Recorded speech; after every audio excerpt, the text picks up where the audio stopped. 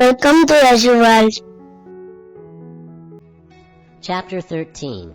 Nature, the Enjoyer, and Consciousness. Arjuna said, O my dear Krishna, I wish to know about Prakriti, nature, Purusha, the enjoyer, and the field and the knower of the field, and of knowledge and the object of knowledge.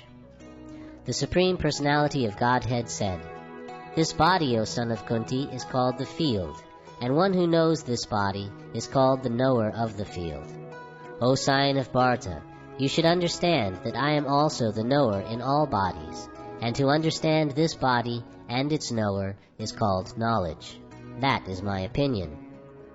Now please hear my brief description of this field of activity and how it is constituted, what its changes are, whence it is produced, who that knower of the field of activities is, and what his influences are. That knowledge of the field of activities and of the knower of activities is described by various sages in various Vedic writings. It is especially presented in Vedanta Sutra with all reasoning as to cause and effect. The five great elements, false ego, intelligence, the unmanifested, the 10 senses and the mind, the 5 sense objects, desire, hatred, happiness, distress, the aggregate, the life symptoms, and convictions. All these are considered in summary to be the field of activities and its interactions.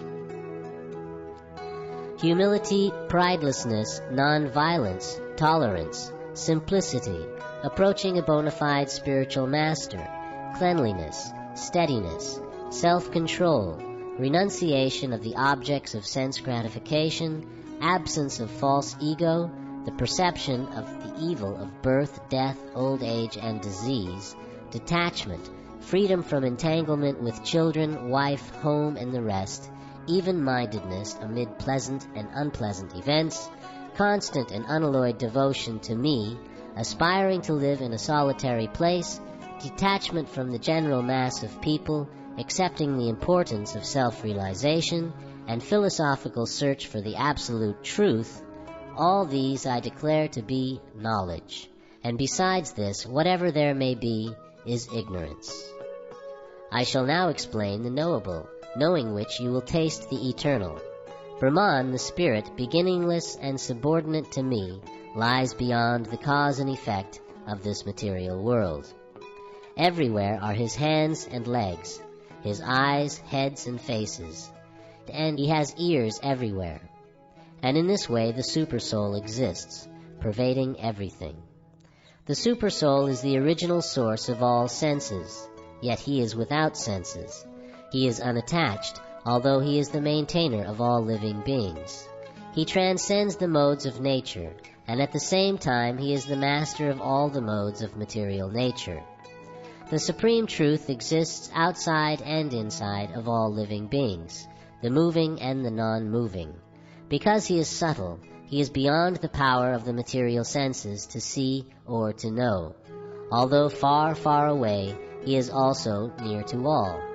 Although the Supersoul appears to be divided among beings, he is never divided. He is situated as one. Although he is the maintainer of every living entity, it is to be understood that he devours and develops all. He is the source of light in all luminous objects. He is beyond the darkness of matter and is unmanifested. He is knowledge. He is the object of knowledge, and he is the goal of knowledge. He is situated in everyone's heart. Thus the field of activities, the body, knowledge, and the knowable have been summarily described by me. Only my devotees can understand this thoroughly and thus attain to my nature. Material nature and the living entities should be understood to be beginningless. Their transformations and the modes of matter are products of material nature.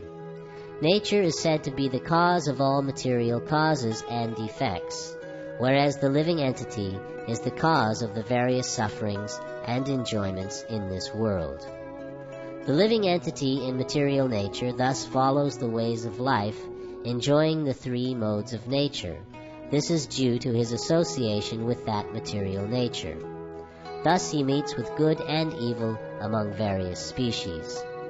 Yet in this body there is another, a transcendental enjoyer, who is the Lord, the supreme proprietor, who exists as the overseer and permitter, and who is known as the Supersoul. One who understands this philosophy concerning material nature, the living entity, and the interaction of the modes of nature is sure to attain liberation.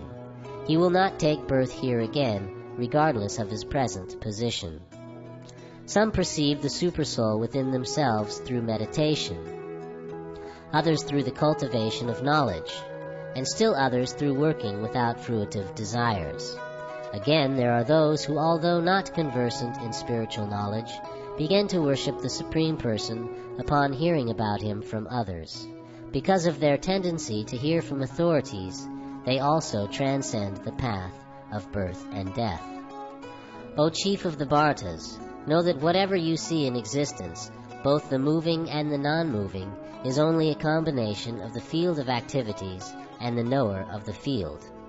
One who sees the Supersoul accompanying the individual soul in all bodies, and who understands that neither the soul nor the Supersoul within the destructible body is ever destroyed, actually sees.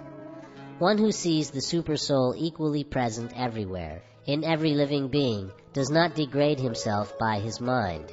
Thus he approaches the transcendental destination.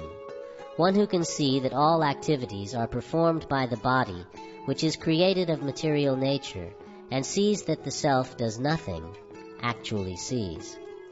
When a sensible man ceases to see different identities due to different material bodies, and he sees how beings are expanded everywhere, he attains to the Brahman conception.